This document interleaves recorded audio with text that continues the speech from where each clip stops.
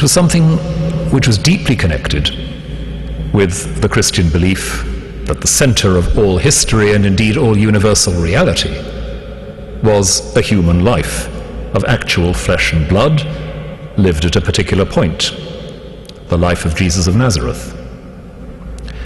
And it was that conviction which allowed Christians also to say, the background to Jesus of Nazareth in the history of Jewish scripture is also significant and not to be written off because what we call the Old Testament is so often difficult and indeed shocking. Like the rest of us, Jesus doesn't come from nowhere. And like the rest of us, Jesus is not a disembodied ghost. Jesus has an ancestry. He is made possible by a history, the history of the Jewish people. Jesus exists in bodily form and is capable of suffering like us. And what changes the world is what happens in its material life, not just in some inner world of consciousness or spirit. It's a bit strange, in many ways, that some modern commentators and scholars feel the level of sympathy they do for those alternatives to Christianity which the early church saw off in its first 2 or 3 centuries, the systems often called Gnosticism. It may seem strange, and yet when you pause to think about it, the individualism and the interiority of some of these systems sit very well with many aspects of our contemporary culture.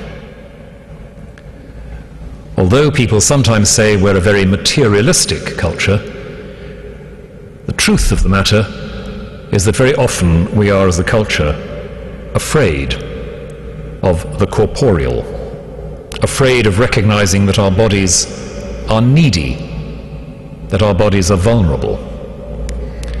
And we're equally afraid of the corporate, of the idea that who we are might not just be up to us. So maybe it's not so odd that some moderns admire the Gnostics. But without going into too much detail about that, we can at least see how in that early formative period of Christianity, an affirmative attitude to the material world began to be shaped.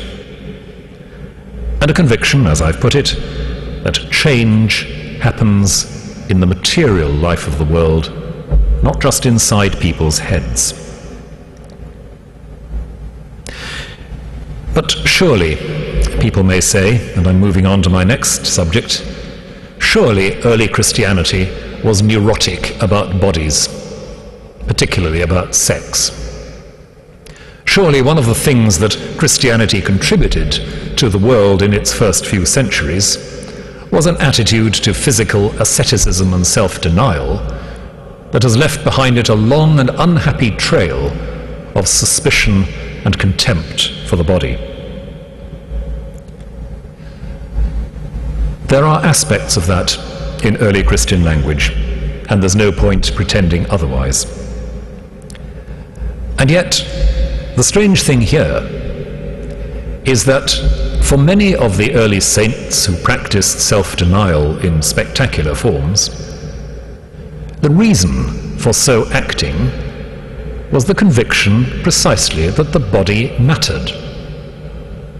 You wanted to live out your devotion to God? Well, that meant that you had to conduct your bodily life in a certain way. You had to turn your body into an effective sign of God. For a great many of the ascetics of the 4th and 5th centuries, that certainly meant practices which pretty well anybody these days, whatever their theological convictions, would regard as wildly eccentric, not to say pathological.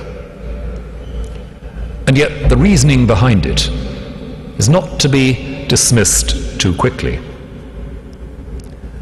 as some of the great scholars of the early church in the last couple of decades have insisted, the saint in early Christianity becomes himself or herself a bodily sign, a marker of divine grace, a place where transforming energy is present in the material world. It's why the relics of the saints and the martyrs became important in early Christian worship. And of course, it connects with that deeply positive attitude to the material world, which is focused upon the material sharing of bread and wine in the Christian sacrament. So for all the oddity of early Christian self-denial, the strangeness of the early monastic movement, behind it is the conviction that human bodies mean something.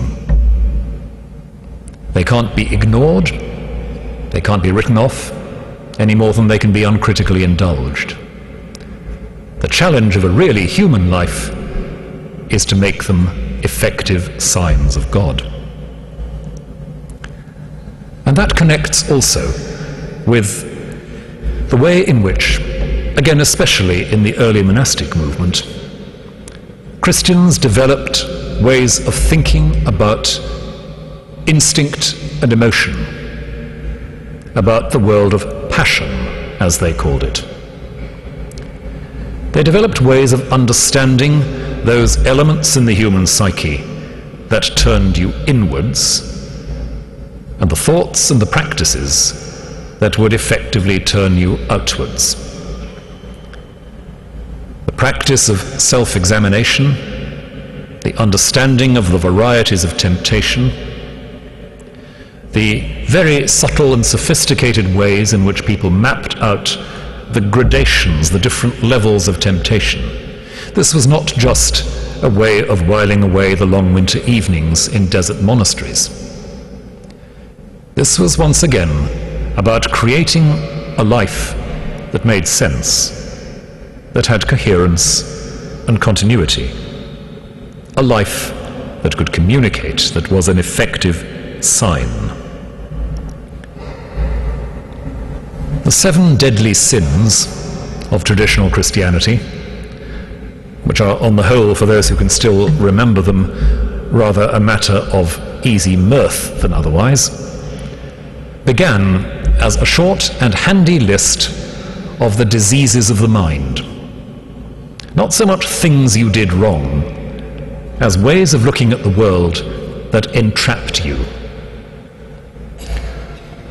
Greed or pride or lust or whatever, these were not categories that helped you identify certain actions as forbidden.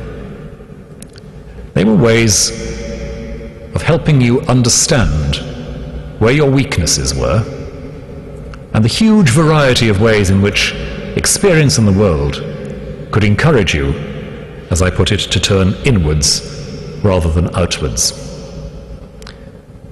And the goal of a life resisting these temptations was not either a static, motionless existence with no feelings, nor a state in which you could say, perhaps rather smugly, I've kept the rules. The goal was harmony. The goal was an understanding of yourself, your instincts and emotions, which allowed you to move in step with, in harmony with, an intelligent love which sustained you and all others in being. Once again, if we turn to our contemporary world, we might very well wonder what's happened to the idea of understanding or educating emotion. After generations of what people believe was repression, we've all been instructed and encouraged to come to terms with our emotions and give them free play. we've not been given a great deal of help with understanding emotion and making sense of it in practices that are not selfish or destructive. We've not been given a great deal of help in understanding how there might be a form of freedom found in attunement to a greater reality rather than enslavement to unexamined instinct. And in that area, the pedagogy, the discipline, the diagnosis of early Christian generations has something strikingly challenging to say to us in our contemporary culture. It does not encourage us to deny the emotional and the instinctive. It does encourage us to bring the emotional and the instinctive into the circle of light that is reflection and self-knowledge, and, of course, above all, attunement to that causeless and shocking love poured out upon us by the Creator.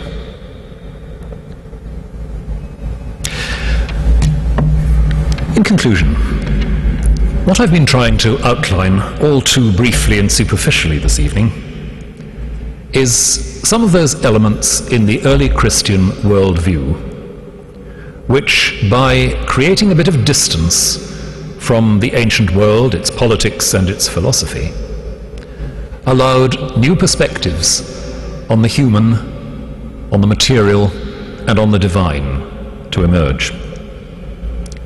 It is a world picture which assumed a universe that you could make sense of, but not fully control. It assumed that that universe existed because of intelligent love. And so it assumed that the universe so created had within it the possibility of intelligent love.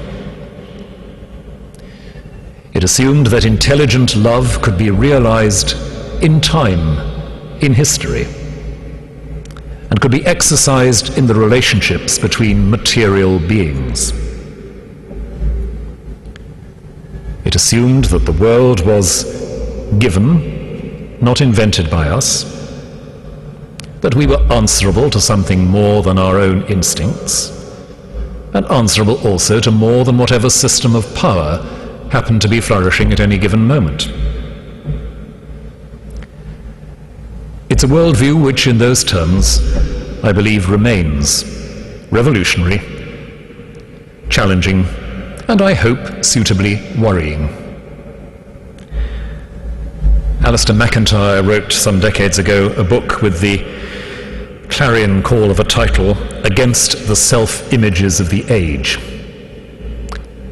And what I've been inviting you to do this evening is to do a little work in setting some of the self-images of our age, secularism and individualism, sentimental or mythological spirituality, and shrunken and impoverished views of humanity, against those images which the early Christians lived with. They lived with them in such a way and at such a depth that even death at the hands of their oppressors made sense. They lived with them in such a way and at such a depth that sacrifice and joy became inseparable. And those are not things to be set aside lightly or swiftly. If we want to understand not only where we are, but where we've come from, and not only where we've come from, but what we as human beings in this kind of universe might still be, we could do worse than listen to some of our early Christian predecessors. Thank you.